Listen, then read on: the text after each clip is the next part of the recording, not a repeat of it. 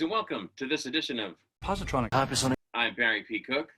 Let's talk about the latest episode of What If. It was called What If Thor Were an Only Child. It starts off with Jane and Darcy out in the middle of the desert, it looks like, and they're seeing what looks to them like an invasion coming, an alien invasion. But much as they try to get someone to listen to them about it, no one will actually listen.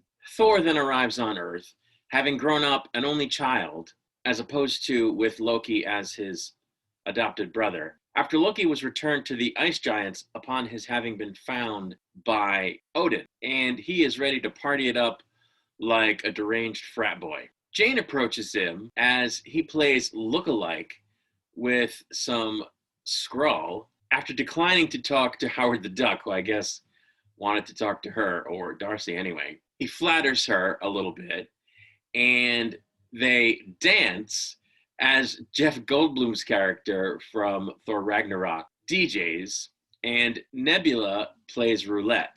Drax is there, as is the raccoon character from Guardians of the Galaxy, as are others from the films. Thor and Jane end up getting complimentary tattoos before S.H.I.E.L.D. shows up, minus an injured Nick Fury, and they end up calling Captain Marvel to deal with Thor because he's out of control and he's wrecking stuff. As Thor is partying in France, Loki arrives in full ice giant mode, and he and Thor basically high-five each other as brothers from another mother before Carol arrives and decks Thor when he refuses to leave. Now, I found this a little confusing because they behave as if they know each other very well, as if they grew up very close. And that sort of goes against the whole premise, which is that he grew up without Loki. So why would they then, if the premise is that he grew up without Loki as a foil, and this is how he is now, which is different from how he is in the movies, why would they then introduce the concept that he and Loki grew up as best buddies, but just not in the same house? Like, how much different would he be if they grew up in the same household, as opposed to growing up like best friends from across the street or whatever? You know, the cosmic equivalent of across the street. It's the same thing. I don't know. I just didn't see what the point of that was. Anyway, a fight ensues between Thor and Carol, and Thor knocks her all the way to Stonehenge from France, which he then proceeds to deliberately knock over. And she punches him all the way to the American desert again, which I guess is where everything started. When Carol fails to deal with him, though, because the fight doesn't go anywhere, it doesn't accomplish anything, S.H.I.E.L.D. asks her to unleash her full power on him as opposed to holding back. But Jane objects to this and decides to see if she can contact Asgard to get them to come and rein Thor in. She actually ends up doing this just as Carol is about to, like, totally nuclear punch him, with S.H.I.E.L.D. being ready at the same time to just nuke the desert in case she, again, fails, in case it doesn't work. So what ends up happening is Thor's mother, Frigga, comes down to Earth to sort of rein him in, and he tells her he's been studying and staying out of trouble, but she calls his bluff as everyone tries to abandon him, all the people that he'd been partying with, but stop when he goes all God of Thunder on them, convincing them to help him clean up before his mother actually gets there. She had contacted him from Asgard originally. So they fall in line and clean everything up, and by the time she arrives, they're in like a classroom setting pretending to be studying just as, you know, she gets there.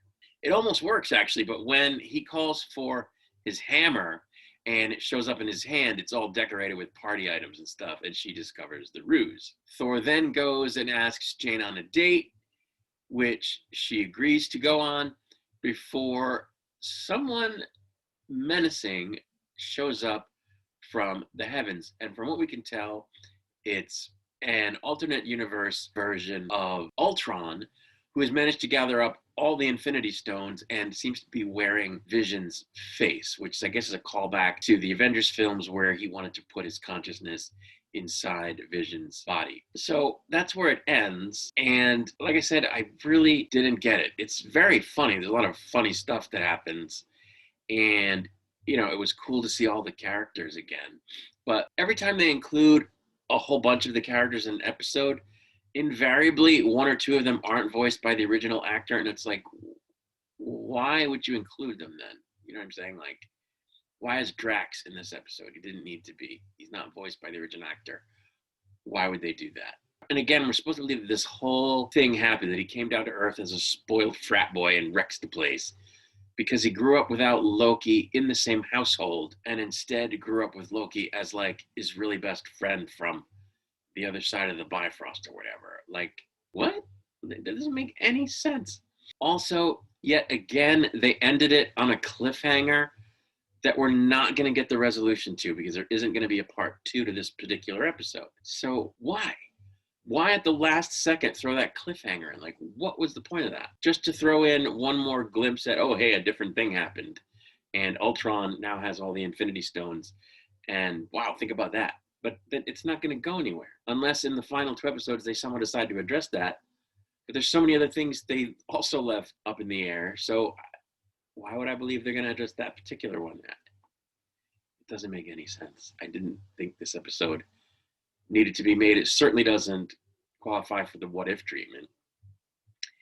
And the other thing I want to say about it is that it's going to be harpooned by the anti-woke crowd because they went out of their way to make this episode super duper female centric. Like, they went over the top to make it female centric. Now, why do I say that? Well, because not only is the episode centered on Jane and Darcy, which is fine because it's a Thor story and it's an alternate version of how Thor and Jane met. So that's fine. But they then, on top of that, bring Captain Marvel in to deal with him, as opposed to anyone else, as opposed to Doctor Strange, as opposed to Captain America, as opposed to Iron Man, as opposed to the Hulk. They bring in a woman, which is great. I'm all for seeing an episode with some Captain Marvel action in it. It doesn't bother me at all.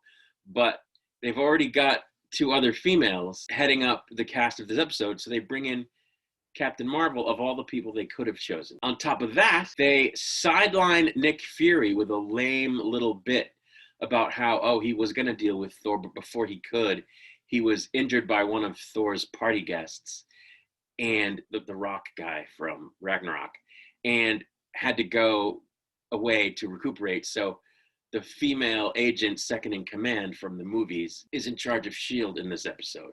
So there's a woman there. And again, there's no problem with her being in the episode, but they brought her into the episode front and center by sidelining Nick Fury. Like it was a deliberate narrative choice, which again doesn't bother me, but it's going to bother the anti-woke crowd. They're going to scream that they deliberately kept sidelining the males. And it doesn't end there. In the very beginning of the episode, you see Frigga and Thor tending to Odin as he's going down for a nap. So they spend a couple of minutes showing Odin, but he's asleep. And they talk about, okay, he's napping. Thor, you can go and study. I'm going to go off and celebrate the solstice or whatever it is with my lady friends. That's how they begin the episode. So that in the end, the person that deals with Thor and reins him in isn't Odin and it isn't Heimdall. It's his mother. It's Frigga. So at every opportunity that they had to have a male in the episode in a pivotal role besides Thor, who in this episode is depicted as a giant goober, they went out of their way to include a woman. And it doesn't bother me, but I definitely noticed it. And the anti-woke crowd is going to go nuts over that. So I have to ask the question, why? Why would you do that? There's no way they don't know that the anti-woke crowd is going to hammer them. I mean, I suppose you could argue they just don't care, but it's Marvel, which is also Disney, and they're getting hammered for it on a number of different fronts just because they do stuff like this in multiple product lines. They do it with Marvel, they do it in Star Wars, they do it, in traditional Disney stuff. So it's just it bothered me on a level that has to do with walking right into the whole narrative of the anti-woke crowd, which is going to shit all over it. And I don't know why would you do that on purpose? It's one thing if you get, oh, hey, I got a story idea, let's tell this story. And it happens to be female centric and it happens to, run afoul of their sensibilities.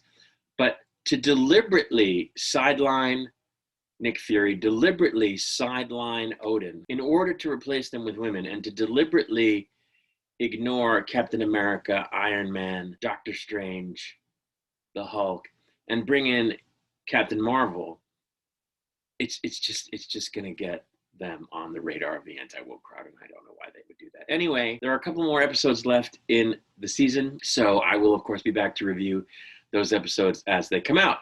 Until then, I wish you all peace and long life.